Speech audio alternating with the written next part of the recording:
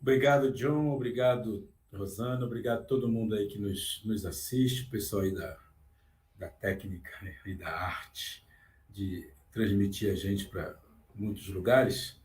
Queria agradecer a oportunidade de estar conversando um pouquinho sobre esse tema com vocês. Muito bom ouvir sempre a Júlia do Rico e o parente Jaider, né, pela experiência que trazem consigo desde sempre e, portanto, isso só tem a somar, né, a nossa, o nosso pertencimento a esse mundo que nós fomos jogados dentro dele, né, por conta mesmo de um processo colonizador muito violento e que acabou nos empurrando também para esse território que sempre foi nosso, mas que nos foi tirado, que nos foi roubado ao longo da nossa história e que acabou contando a história a partir da sua própria ótica, a partir da sua própria visão, fazendo com que as pessoas que foram nascendo a partir dessa invasão, elas fossem acreditando nessa história contada pelo vencedor, porque, na verdade, vocês sabem que quem conta um conto aumenta um ponto, e a história do Brasil é contada e foi contada sempre por uma elite colonizadora, elite escravocrata, né? Uma elite hoje aristocrata, e que vai se auto vangloriando, né? Vai contando sobre si mesmo coisas muito positivas, muito boas, muito honestas, muito religiosas, e nessa história, claro, vai desqualificando todos os outros, todas as outras experiências e todas as outras sobrevivências, todas as outras resistências. De modo que a gente acaba, claro, aprendendo a partir da lógica do colonizador, vai pensando com a cabeça do colonizador e vai quase que acreditando que o que eles contam é verdade. E por conta disso, também os povos indígenas e depois os africanos que foram trazidos para cá escravos, escravizados que não puderam contar a sua versão, né, a sua história, o seu olhar. E acabamos ficando mesmo com essa história única, com esse jeito único de entendermos a vida, entendermos a existência, né, a partir dessa experiência malgrada de colonização. Bom, eu sou o Daniel, como já lembrou o John aqui, né, eu sou graduado em filosofia, com licenciatura em História e Psicologia, um mestrado e um doutorado em educação pela USP e esse pós-doutorado em linguística pela UFSCar. Né? Tive a oportunidade de ser professor visitante aí na Unicamp durante 5 meses, 6 meses quase, trazendo um pouco a experiência da escrita, né, da literatura, para as pessoas que participaram desses cursos. Para mim foram experiências muito ricas. Confesso para vocês que, embora tenha passado por todos os caminhos da formação, eu nunca quis ser um professor universitário, nunca foi essa a minha intenção, nunca tive essa paixão, ou como diriam os mais assanhados, nunca tive esse tesão, né, de ser professor universitário, por conta mesmo do meu desejo de ficar sempre operando pelas margens, né, pelas margens, e entendendo que assim eu também estaria um pouco mais livre, né, mais liberado, para poder ser um contraponto a tudo isso, né, um contraponto que não institucionalizasse tudo aquilo que eu aprendi de um lado e de outro, e que me permitisse ser uma, uma, uma lança, né? Uma lança que se lança, né? Uma lança que pode mostrar ou determinar um caminho a seguir, sem nenhuma pretensão, obviamente, porque nada na minha trajetória foi absolutamente programado, né, para acontecer. Eu simplesmente fui aproveitando as oportunidades e por conta dessas oportunidades eu fui galgando os vários degraus que me trouxeram até aqui, não é? E me ajudam a ocupar esse espaço. Né? Mas, sem dúvida nenhuma, a formação universitária foi muito importante. Né? E sem ela, provavelmente, eu não estivesse hoje nessa posição. Né? Eu sou nascido dentro desse povo e a minha primeira infância toda foi a partir desse povo, do povo Munduruku.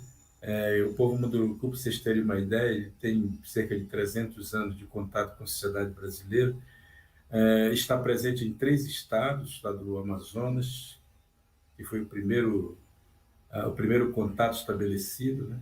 No estado do Mato Grosso, um lugar para onde acorreram muitos Munduruku no início dos anos 80, né? Saíram do Pará e migraram para essa região do Mato Grosso. Hoje vive no município de Juara, cerca de 100, 200 famílias que estão por ali, não é, dentro de um outro território que não é Munduruku, né, é do Zapiacá. E ali, né, nesse espaço, eles procuram manter uma vida Munduruku, dentro do possível.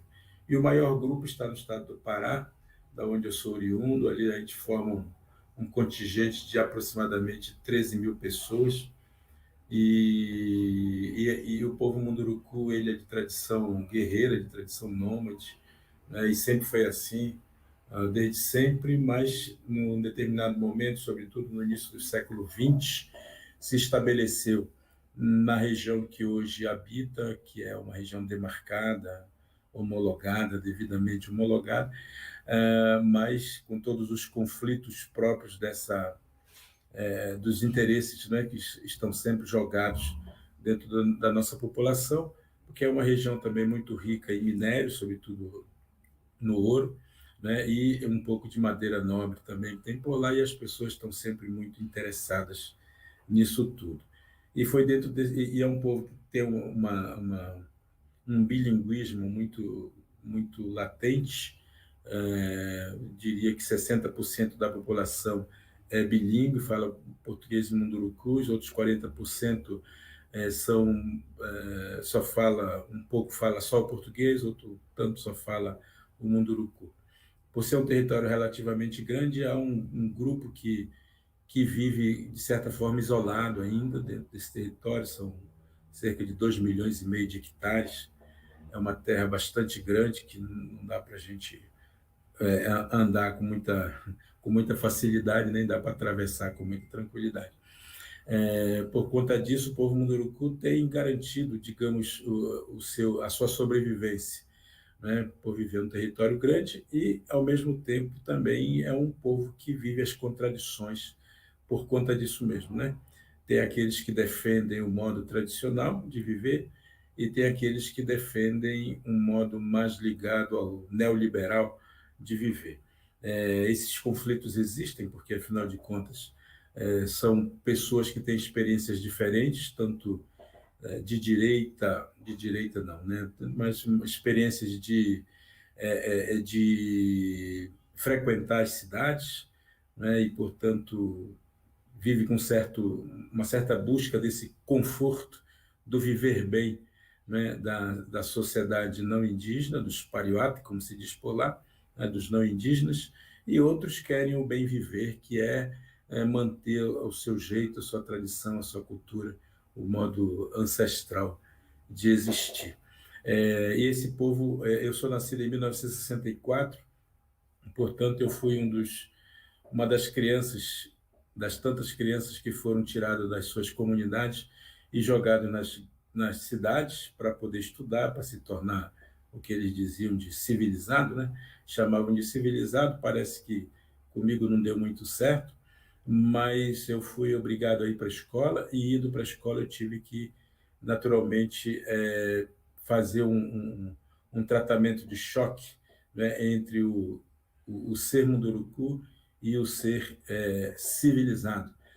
E, obviamente, sendo obrigado a falar a língua portuguesa e sendo obrigado a aprender o conteúdo da sociedade brasileira, isso gerou em mim grandes conflitos que eu sobrevivi graças à presença de um ilustre, de um ilustre curador, curador de espírito, curador de alma, né, que foi o vô Apolinário, a quem sempre eu me reporto quando falo do meu, do meu grande inspirador, né, para ter me tornado primeiro um professor, por escolha e opção, e depois ter aprendido a escrever, aprendido a técnica da escrita e com ela me comunicar com a sociedade envolvente, a sociedade brasileira. Eu confesso a vocês que fui obrigado a ir para a escola e gostei, não de ser obrigado, gostei de aprender, né? Gostei de aprender as coisas da cidade. E eu fiquei tão impactado, de certa forma, com esses saberes, que eu quis continuar os estudos, porque a lógica dos militares dos anos 70 era nos tornar profissionais, nos tornar mão de obra barata, né, para o sistema. E então nos davam ensino até o fundamental. Fundamental 2 hoje seria até o nono ano. Né? Depois disso, nos jogariam no mercado de trabalho para nos tornarmos brasileiros, ou seja, para a gente ir para baixo das pontes, né? Habitar ali, morar embaixo das pontes, nas periferias das cidades. É, eu, eu recorri a uma possibilidade que me apareceu que me pareceu importante, surgiu naquele momento, que foi me tornar aluno salesiano, que eu já estudava, claro, na escola salesiana, mas me tornar um salesiano, ou seja, entrar na congregação religiosa, né, com a bela intenção de me tornar padre. Pois é, eu quis um dia ser padre. Só depois é que fui descobrindo que isso, na verdade, foi um desejo de estudar, né, de continuar estudando. Isso me tirou do Pará, me fez ir para o Amazonas, onde estava o seminário maior, né, que era o seminário, o ensino médio, e eu fui fazer o ensino médio em Manaus, e depois tive a oportunidade de fazer o que eles chamam de noviciado, que é um ano sabático, digamos que é de formação, né, de preparação para a emissão dos votos religiosos, coisas que fiz, e cumpri fielmente por 3 anos, quando foi o que eu havia me comprometido. Então, até aquele momento dos votos e os anos que eu comecei a fazer filosofia, que era o passo seguinte para o sacerdócio, eu descobri, então, quer dizer, descobri não, eu acreditando já ter cumprido a minha formação e o meu desejo de me tornar professor, eu falei aos padres, então, que queria sair, queria deixar de ser salesiano, que eu queria fazer, cumprir, né, a minha função como professor, como educador, que era o meu grande desejo. E aí então eu dei, digamos, um golpe nos padres, dizendo que eu queria ser padre, e eles acreditaram. E eu me formei em filosofia por conta disso. Só que, ao deparar-me com a necessidade de ser, de ter uma profissão efetiva, eu fui descobrir que o diploma que eu havia recebido dos padres não tinha validade acadêmica, não tinha validade profissional, né? Não era reconhecido pelo MEC. E essa foi a vingança dos padres sobre a minha, a minha postura, né? E isso me obrigou a sair de Manaus, do Amazonas, e vir para São Paulo, para a cidade de Lorena, né, onde eu moro, onde resido até hoje, que é uma cidade entre São Paulo e Rio. E isso me deu a oportunidade de vir para São Paulo e também criou em mim uma série de oportunidades, né? Foi criando uma série de oportunidades, tanto profissional quanto acadêmica, né? Isso acabou me trazendo para a militância do movimento indígena no final dos anos 80. Foi aí que eu tive a oportunidade de conhecer as grandes cabeças do movimento indígena naquela ocasião, né? Tipo Ailton Krenak, Álvaro Tucano, Marcos Tereno, essa gente toda que ainda são os nossos heróis, né? E estão alguns deles vivos e atuantes. ainda na sociedade. E isso me deu uma oportunidade única de ver acontecer algumas mudanças, algumas revoluções, né? A partir de 1988, sobretudo, mas a partir dos anos 90, já atuando como professor e aproveitando a oportunidade de fazer um mestrado em antropologia, isso me deu me ofereceu a oportunidade também de poder voltar, né, de voltar para a minha comunidade. Eu resolvi que faria uma pesquisa sobre os Munduruku no meu mestrado. Um mestrado que naquela ocasião a gente podia fazer em 5 anos, né, eu aproveitei cada dia desse tempo, seja para estudar, para poder fortalecer aquilo que eu já trazia da minha formação inicial de filosofia, e acabei entrando na antropologia, que é uma espécie de filosofia prática. E com isso eu pude frequentar durante 5 anos a USP, aprender muita coisa interessante, sobretudo sobre a academia, né, sobre como a sociedade ocidental brasileira, né, foi sendo formada, né, e como a mentalidade brasileira foi sendo formada a partir dos acadêmicos, nossos professores, formados eles de acordo também com os paradigmas ocidentais europeus, né? E isso me deu a oportunidade de entender um pouco, teoricamente, eu diria também, a complexidade das questões humanas e, sobretudo, das questões ligadas à antropologia. E, de resto, eu precisava voltar à comunidade para fazer a minha pesquisa de campo, pesquisa prática. E isso me foi muito bom, porque eu tive de voltar para a roça, como lembrou Isbel, né? Eu tive que voltar para a roça, eu tive que colocar o pé no chão, eu tive que retomar algumas coisas que eu havia esquecido, né? Eu tive que refazer alguns caminhos e, por conta disso, inclusive, eu perdi o prazo regimental, né?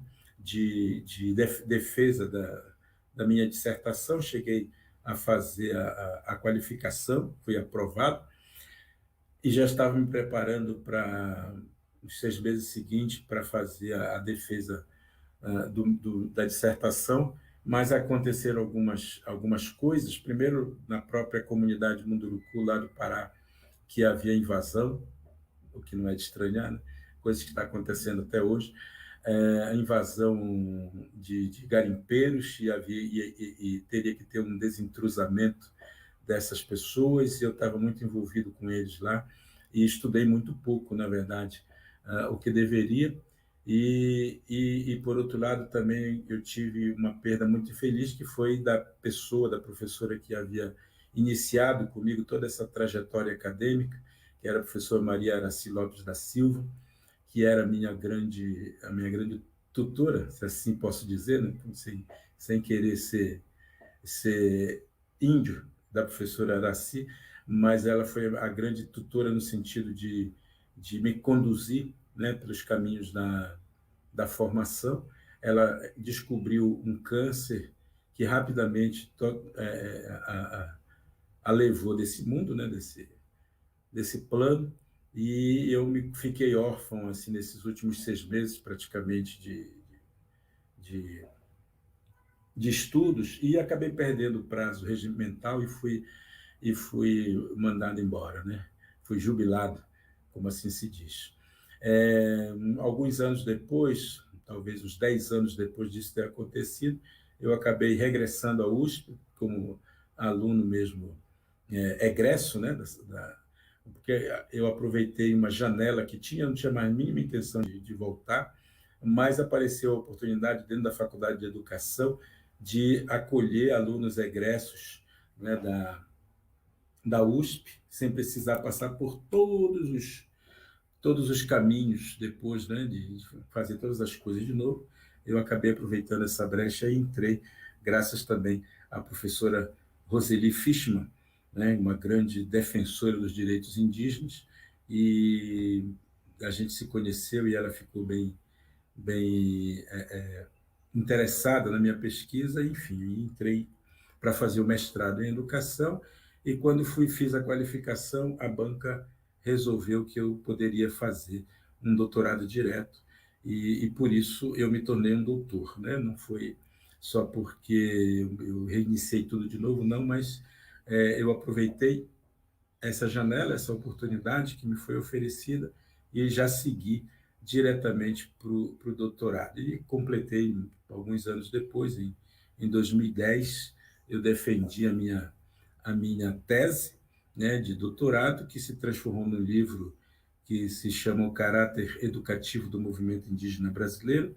Eu aproveitei e fiz um recorte entre 1970 e 1990, que foi ali desde a gênese do movimento indígena até a aprovação da Constituição de 88 e depois os caminhos que o movimento indígena acabou seguindo adiante. Essa tese virou um livro que foi publicado pela pela Paulinas, editora Paulinas, e que está disponível no mercado, inclusive, para quem tiver interesse depois de acessar, né, esse meu trabalho.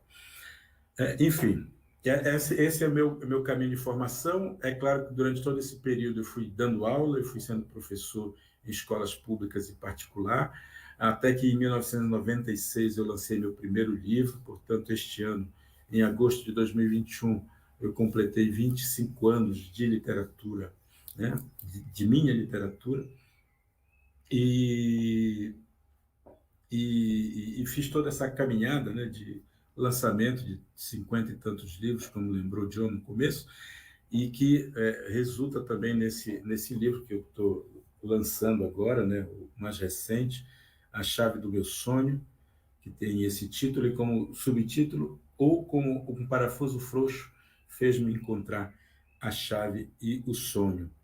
Um livro que foi publicado pelo meu selo editorial, o UCA Editorial, e que está disponível na Livraria Maracá, para quem tiver o interesse, quem tiver a curiosidade de saber do que eu trato nesse mais recente lançamento aqui para vocês. Bom, só para concluir, então, não quero tomar muito tempo de vocês que me escutam, eu queria lembrar que a minha passagem pela universidade foi uma passagem muito interessante, foi muito importante ir para a universidade, né? Eu acho que eu entendo que a universidade brasileira tem todos os problemas possíveis e imagináveis. A gente pode questionar milhões de coisas a respeito da universidade, a gente pode, inclusive, questionar o fato de ela não se posicionar, às vezes, politicamente, né? Mesmo agora, quando o governo está tentando destruí-la completamente, a gente não vê uma postura um pouco mais guerreira, dos cientistas brasileiros. A gente pode dizer, não é, essas coisas, pode questionar, claro. Agora, não se pode também negar que ela é muito importante para a gente entender todo o nosso, toda a nossa lógica, entender toda a lógica da brasilidade que a gente vive, né? É importante, penso eu, para os parentes indígenas que vêm para a universidade saberem, né, o que vão encontrar, e elas vão encontrar, de fato, uma universidade branca, uma colonizadora, com o pensamento do colonizador, com o pensamento basicamente norte-americano ou europeu, sobretudo, né? Lembrando que a universidade brasileira ela é relativamente nova, jovem, né? Ainda há professores vivos, né, que foram os primeiros que integraram universidades como a USP, né, que foi criada nos anos 40, se eu não me engano, ou 30 e pouco, com a presença de grandes nomes da formação internacional, né? Só basta pensar justamente nesses profissionais que vieram para cá para ajudar a criar a Universidade Brasileira. Portanto, isso tudo faz com que as nossas universidades ainda sejam muito elitistas, porque a escola, né, o ensino sempre foi voltado assim, para a educação de uma elite. Essa elite ela continua mandando no Brasil, né? E uma escola, sobretudo escola pública, com a qualidade que sempre teve, né? E ela sempre foi usada justamente por essa elite, principalmente quando se tornou uma universidade pública de qualidade. E aqui nós estamos falando do ensino superior mesmo, né? E como as universidades públicas se qualificaram para ser um grande campus de conhecimento, né? E essa elite percebeu isso e começou a ser, a ser o principal alvo, né? O principal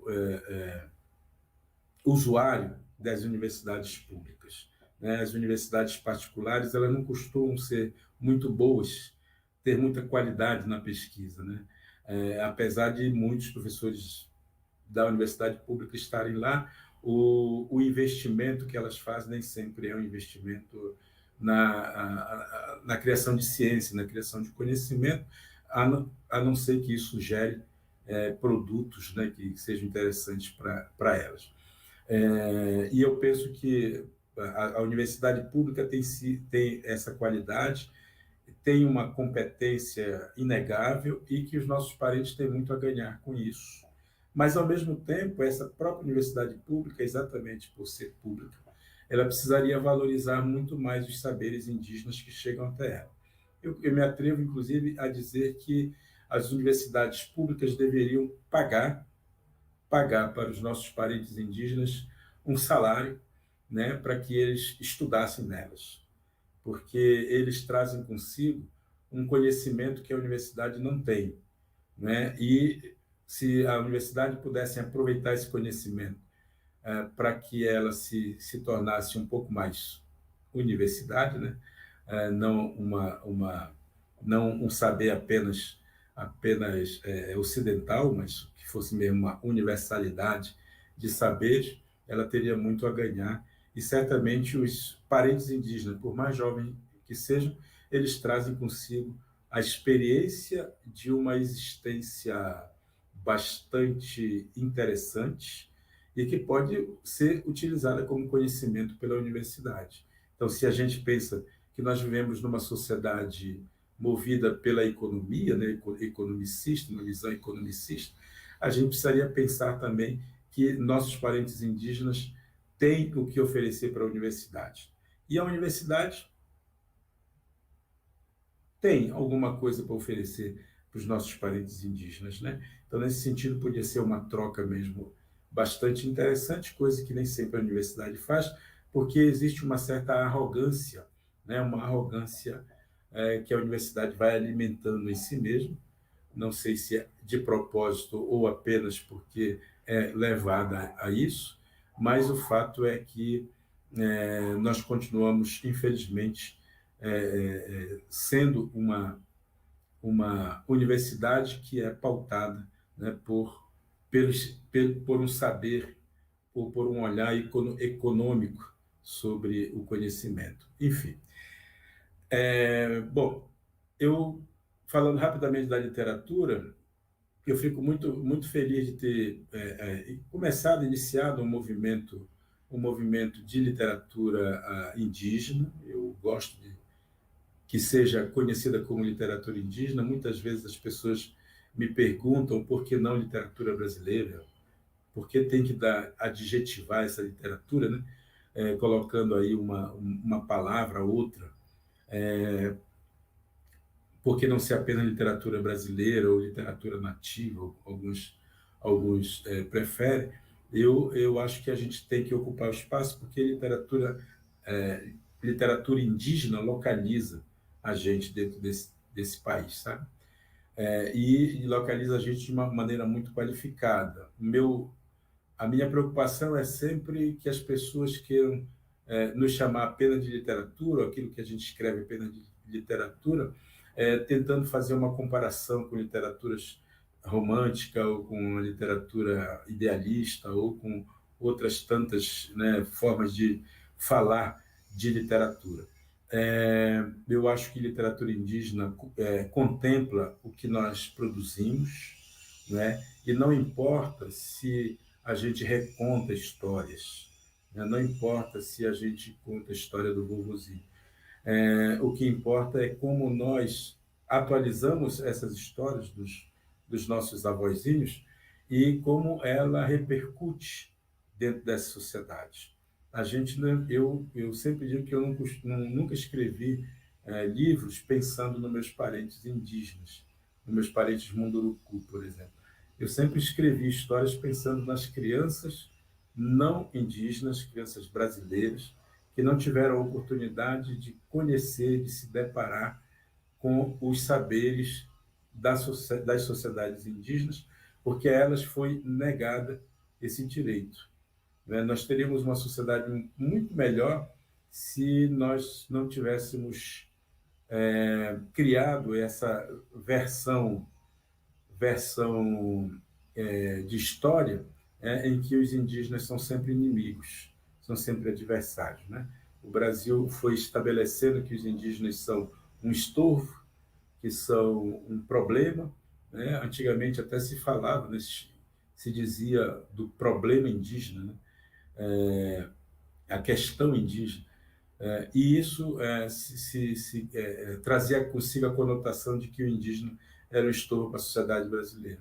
O que eu quis fazer com a literatura que eu escrevo é exatamente mostrar que há algumas coisas que a gente perdeu, que o Brasil perdeu, a não oferecer para as nossas crianças brasileiras uma outra leitura, uma outra história, uma outra versão, né? Um outro jeito de contar as nossas histórias.